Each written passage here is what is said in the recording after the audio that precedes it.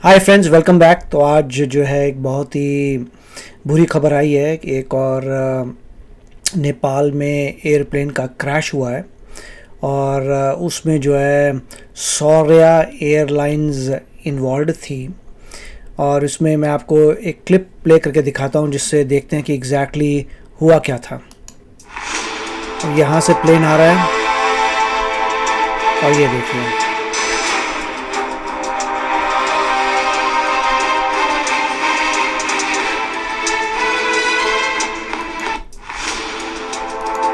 मतलब अगर आप ध्यान से देखें तो प्लेन जो है वर्टिकल हो जाता है एक समय पे। जैसे यहाँ देखिए इस समय पे प्लेन वर्टिकल हो जाता है। मतलब बहुत ही ख़तरनाक है। ऐसा आज तक मैंने देखा नहीं है कि लैंडिंग में प्लेन एक साइड पे हो जाता है और अपनी साइड में जाके गिरता है, पूरा उसका विंग जो है टूट जाता है।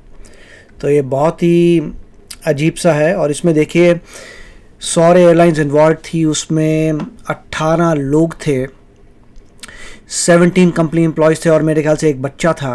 और ऑब्वियसली 17 कंपनी एम्प्लॉयज़ में पायलट भी कंपनी का था, को पायलट भी कंपनी का था, एक सिटीज़न येमन का भी था और सारे नेपाल के लोग थे। एक मतलब जो पायलट है वो बच गया, तो एक ही सर्वाइवर था, वो सिर्फ पायलट है।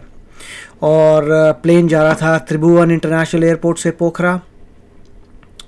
4 मिनट के अंदर अंदर ही ये ऐसा लग रहा है कि हादसा हो गया है।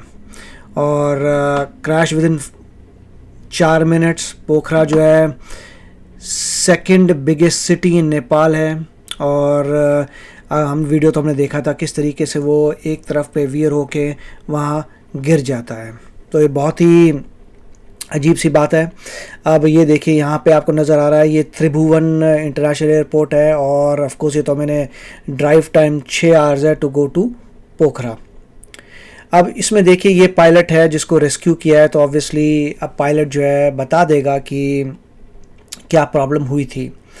नॉर्मली ऐसा होता है कि फ़्लाइट्स में अनफॉर्चुनेटली सभी लोगों की मृत्यु हो जाती है, पता नहीं चलता क्या हो रहा है। ब्लैक बॉक्स को निकालना पड़ता है, उससे इंफॉर्मेशन निकलती है, थोड़ी बहुत पता चलता है। मगर यहाँ पे पायलट बच गया है तो ये एक आप कह सकते हैं एटलीस्ट इससे ये होगा, पता चल जाएगा कि हुआ क्या था।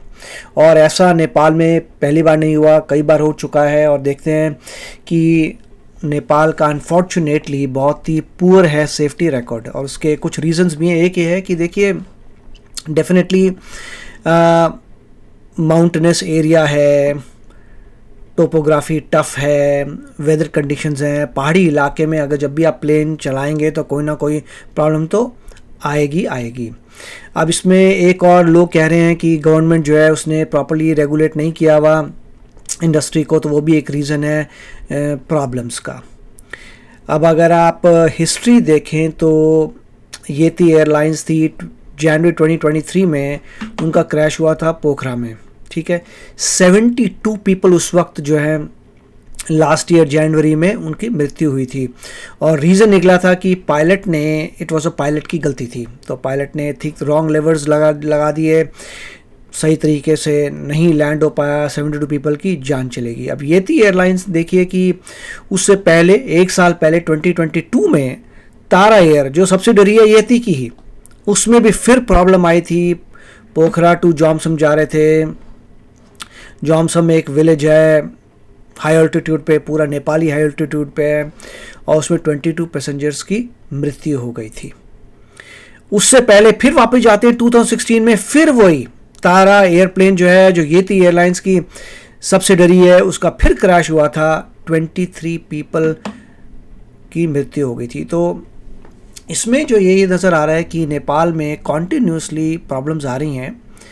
रीजंस हैं, ठीक है, माउंटेनस एरिया है, मगर उसी तरीके से पायलट्स को मेरे ख्याल से प्रिपेयर करना पड़ेगा, ट्रेनिंग लेनी पड़ेगी जिससे लोगों की जान ना जाए। और बहुत ही दुखद न्यूज़ थी, मुझे मिली थी और सुबह सुबह यूएस में, और मुझे लगा था ओ माय गॉड, ये बार बार ऐसी चीज़ें नेपाल में हो रही हैं और उसका हमें नज़र ही आ रहा है। 2023 में हुआ, 22 में हुआ, 2016 में हुआ, और कुछ साल पहले जो है बड़ा ज़बरदस्त 100 मोर देन 100 पैसेंजर्स भी गए थे। तो आप बताइए कि आपके इसके बारे में क्या विचार हैं।